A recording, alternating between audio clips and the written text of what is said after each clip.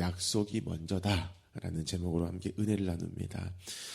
우리는 선교에 대해서 많이 들어왔어요. 또 지금까지 많이 해 오셨을 것입니다.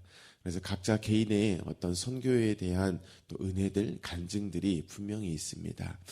그런데 우리가 이 성경에서, 하나님의 말씀이신 이 성경에서 선교가 어떠한 위치인가, 이것을 좀 살펴보도록 합니다. 사도행전 1장 8절, 이것은 선교에 대한 하나님의 말씀이 분명합니다. 그런데 이 사도행전 1장 8절 말씀을요, 우리가 보면 어떤 우리의 의지라든지 우리의 열심, 이것을 불태우도록 하는 것으로 이해하기가 쉽습니다. 하나님의 은혜로 예수를 믿게 됐어요. 나만 믿어서는 안 되겠죠. 많은 사람들에게, 또 모든 열방 가운데에 그 예수를 믿게 해야 한다. 우리가 예수님의 증인으로 땅끝까지 나아가야 한다. 어떤 이러한 요구를 하는 그런 말씀으로 이해가 되어져 왔습니다.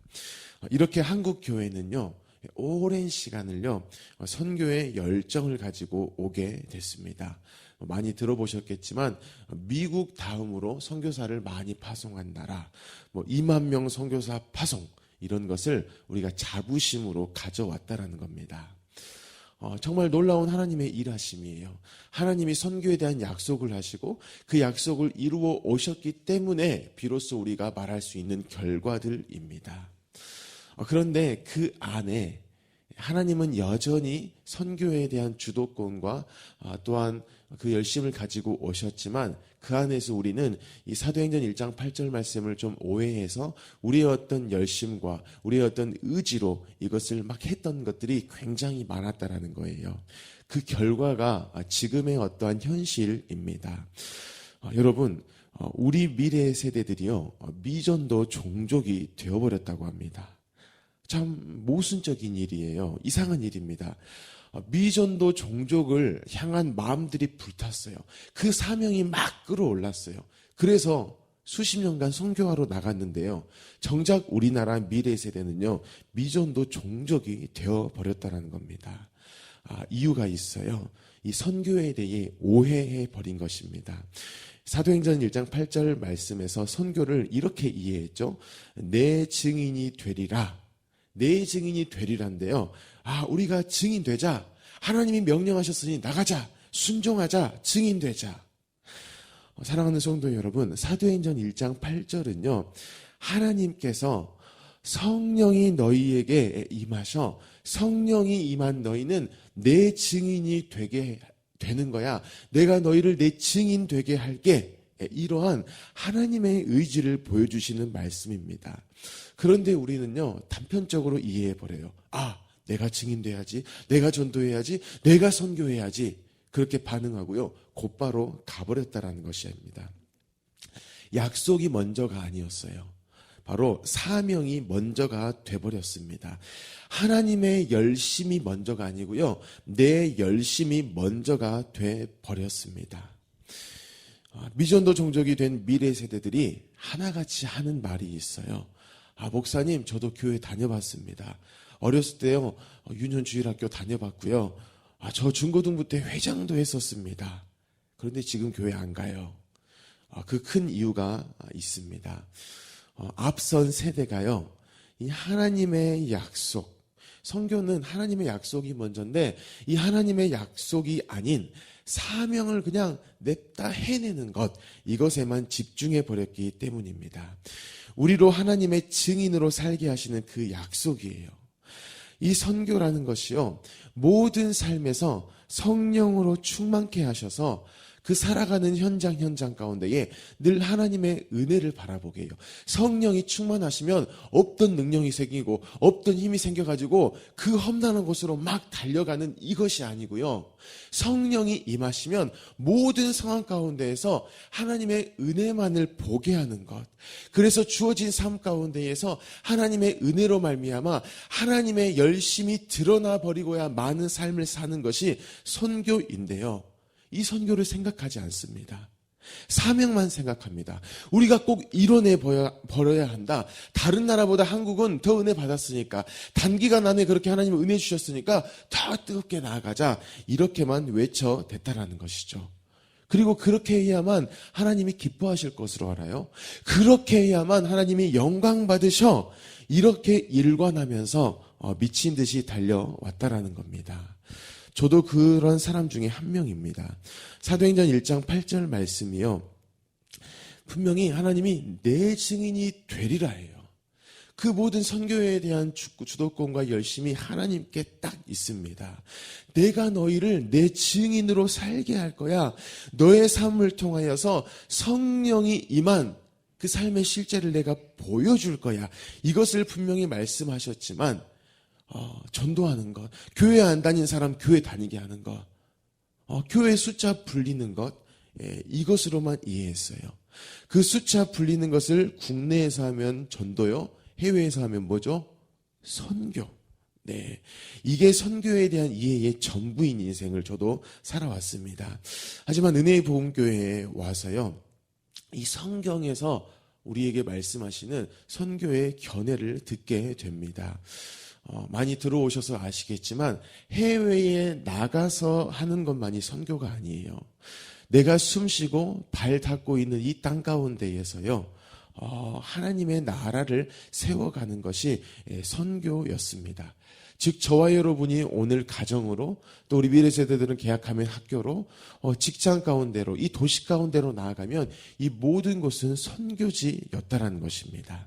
이번 주일에 선포된 말씀으로 다시 한 번 더 말씀을 드리면, 성령 충만해서 모든 날, 모든 순간에 하나님이 은혜 베풀고 계심을 알고 사는 것. 다시 한번 말씀드릴게요. 성령 충만함으로 모든 날, 모든 순간에 하나님이 은혜 베풀고 계심을 알고 사는 것이 선교적 삶이었다라는 겁니다. 여러분, 성령이 충만하면은요, 막 능력이 생겨가지고 문제가 있어도 그냥 막 해결하고 살아가는 것이 아닙니다. 성령이 충만하면은요, 문제가 문제처럼 여겨지지 않는 사람처럼, 이거 문제 아니야, 나는 오히려 하나님의 은혜 가운데 있어, 그러면서 여전히 삶을 살아가는 것, 그게 성령 충만함이고요. 그 성령이 너희에게 임하시면 이라고 말씀하신 것입니다. 그런 인생을 살았던 인물이 있습니다. 스데반입니다. 하나님이 그를 증인으로 살게 하셨죠. 사도행전 7장 55절에 보면 스데반이 성령 충만하여요. 성령이 스데반 가운데 충만하였어요. 그러자 하늘을 우러러 주목하여 하나님의 영광과 및 예수께서 하나님 우편에 서신 것을 보고 말하되, 보라, 하늘이 열리고 인자가 하나님 우편에 서신 것을 보노라. 아멘. 지금 이 스데반 집사가 이 고백을 하는 것이요, 은혜 받기 위해 예배당에 모여가지고 주여 은혜를 주십시오 할 때 이렇게 하나님의 영광, 하나님의 은혜를 본 것이 아닙니다. 지금 스데반 집사는요, 성전 밖에 쫓겨났어요. 성전 밖은 저주의 상징입니다. 너는 하나님과 함께하는 인생이 아니야. 너는 하나님이 버려버린 인생이야. 라는 것을 알게 하는 그러한 비참한 현장이에요. 바로 그 예루살렘 성 밖에서요, 돌에 지금 맞아 죽고 있는 상황 가운데서 했던 신앙 고백입니다. 하지만 그 가운데 성령이 충만하게 임했어요. 그랬더니 예수께서 하나님 우편에 서신 것을 보았다. 하나님의 은혜가 내 가운데에 여전하다. 성령이 임하시니까 모든 상황, 모든 순간 가운데에 하나님의 은혜가 함께함을 지금 내가 경험하고 있다. 나는 사도행전 1장 8절을 경험하고 있다. 하나님이 성령으로 말미암아 그 증인이 되리라는 그 약속의 말씀을 이루시고 있다라는 것을 지금 스데반이 보이고 있다라는 것입니다. 사랑하는 성도 여러분, 하나님이 우리를요, 그 증인으로 살게 하시겠다라고 강력한 의지를 보여주셨어요. 그 의지에 성령의 충만함이 우리 가운데에 또 오게 되어졌습니다. 그러므로 저와 여러분이 성령의 충만함을 구하십시오. 우리 미래 세대들이 다 보고 있어요. 안 보는 것 같죠? 이분 장로님이고 권사님이고 안수집사님이고 집사님이고 성도님이고 이분들 다 예수 믿는 분들이네 하면서 큰 눈을 뜨고 보고 있습니다. 뭐 보냐면요, 누가 교회에서 가장 충성 봉사 헌신 많이 하냐, 이런 거 별로 아이들 보지 않아요. 뻔히 여러분들의 삶이 어떨지 알아요. 자신들의 부모님들이 그 어려운 직장생활, 가정생활 살아가는지 압니다. 예배 오기 전에 엄마 아빠가 한판 했어요. 싸웠어요. 근데 말씀 듣고 성령 충만해서 우리 부모님이 어떠한 반응을 보이는지를 우리 아이들이 보고 있습니다. 그 아이들에게 보여주십시오. 성령의 충만함을 구하시고요. 그로 말미암아서 어떤 순간, 모든 순간 가운데에 하나님의 은혜가 보여져서 이 스데반과 같이 죽음의 상황이에요. 어려움의 상황이에요.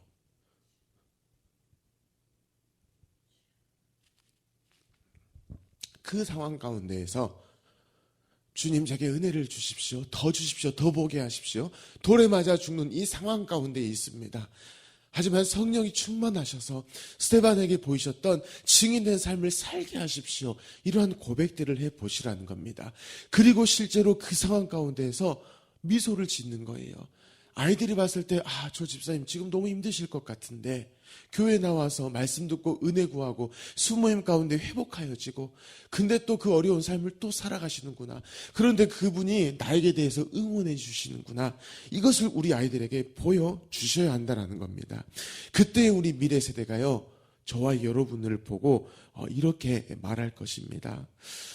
집사님, 또 장로님, 권사님, 장로님께, 집사님께, 권사님께 오직 성령님이 임하시니까 가정에서 어떤 일을 당하든, 직장에서 어떤 일을 당하든, 세상 끝에서 어떤 일을 당하든지 집사님에게 임한 하나님의 은혜를 저도 보게 됩니다. 그 은혜들이 저도 생각이 나게 됩니다. 집사님은 하나님의 증인이십니다. 집사님을 보니 하나님의 일하심이 보이십니다. 저도 집사님 따라서 그 하나님의 증인됨을 경험하고 싶습니다. 저도 그 은혜로 살고 싶습니다. 이렇게 저와 여러분에게 말할 것입니다. 사랑하는 우리 성도 여러분, 미래 세대들에게요, 이러한 고백을 듣는 저와 여러분이 되셨으면 좋겠습니다. 그 일을요, 오늘 당장 해주실 수 있어요. 미래 세대 캠프가 오늘부터 진행됩니다. 우리 아이들에게요, 우리 모든 아이들이 성령 충만하게 해주십시오라고 우리 아이들을 위해 기도해 주십시오. 우리 아이들이 어떤 상황 속에서도 하나님의 은혜를 아는 자로서 그 은혜 때문에 그 비참한 학교의 현실, 경쟁이 난무하는 학교의 현실,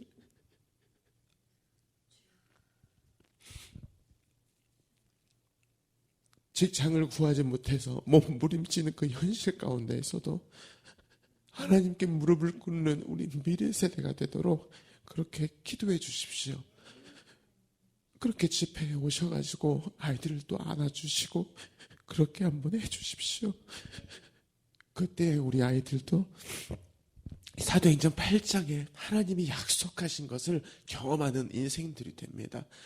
우리 아이들도 약속 안에 있는 인생임을 볼 거예요.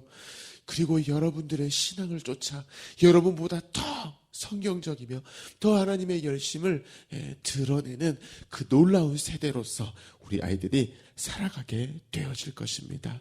오늘 하루를 살아가실 때에 그렇게 먼저 하나님의 증인으로서 하나님의 말씀 안에 속한 자로서 살아가시고 또한 우리 아이들을 위해 축복하시는 저와 여러분이 되어지기를 예수님의 이름으로 축복합니다.